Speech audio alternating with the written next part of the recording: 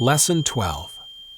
Hi everybody, John here. Thanks for tuning into Lesson 12 in our VoiceOver Lessons for Beginners series. This is actually the first lesson of Series 2, Intermediate Concepts. So it isn't just for beginners anymore, but we'll keep the name to avoid confusion. There's a lot of information to cover in this series, and it may go on forever, but we'll just have to see. This lesson is 7 easy tips for better voiceover auditions. And here we go. Now first, the assumption going into these tips is that you're able to produce clean audio in your home studio, meaning you've got a good dead recording environment with no significant reflection issues. You're using a good mic and mic preamp. You don't have any electrical problems that are causing static or hum, and you can turn out a clear, high-quality recording. If you're new to the series and confused about any of that, check out episodes 7, 9, and 10 from Series 1. All right, tip number 1. When slating your audition, which means stating your name at the beginning of the recording, or once in a while at the end, which is called a backslate, state your name only unless they ask for something else, which would typically be the role you're reading for, your agency, number of takes, and so on. Don't use elaborate produced intros with music and sound effects. Don't tell us your life story or why you're perfect for the job. Just give us your name. Or maybe, hi, this is your name, if they haven't given specific instructions. But if they say slate name only, just give them the name. I rarely slate anymore, except when specifically asked to do so, as a lot of clients find slates annoying. Tip number 2. Leave a little dead roll, about a half a second to a second of muted or very quiet audio at the top and tail of your recording. Some players clip off the very beginning and/or end of an audio file when they play, so that little buffer of quiet on either side of your voice will protect against that being a problem. Also, it gives your audience a little bit of time to prepare themselves to listen to you after they hit play. Tip number 3. Submit multiple takes when appropriate.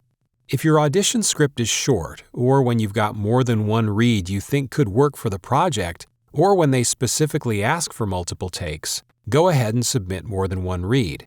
Just make sure that the reads are truly different from each other and not just slight variations on the same read. But if they say one take only, just give them one take.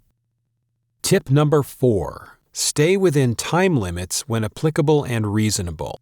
Certain projects, typically though not exclusively broadcast, have time limitations. So try and keep your read within any stated time restriction. But keep in mind, a lot of non-broadcast or non-pre-roll pieces don't have strict time limits. So if the audition says something like, this should come in around 2 minutes, don't feel like you need to hit that time exactly. In fact, for longer scripts, I usually only record about 30 to 45 seconds for the audition anyway, unless they ask for more. Many audition scripts are works in progress and will probably change anyway before the final script. The exception to this time restriction suggestion is when the script is clearly overwritten and it's not possible to stay within the time limit without racing through the whole piece like it was a legal disclaimer. In this case, just read it at a comfortable pace that feels right for the spot. The client is going to have to rewrite it anyway. Tip number 5. Do not add music or sound effects to your audition unless asked to do so. And I can tell you that unless you're reading for a job that requires you to do the production as well, which is very rare, it's almost never going to happen. Usually, the client will want to drop your read into their production to present to their client. But if you've put music or sound effects in your track, they can't do that and you'll be passed over.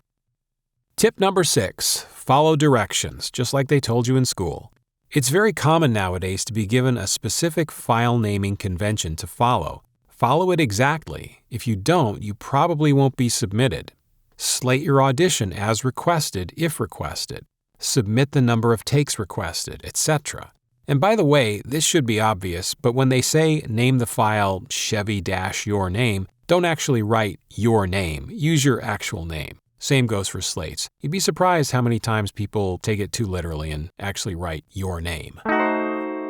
Finally, tip number 7. Submit as early as possible without sacrificing quality or your sanity.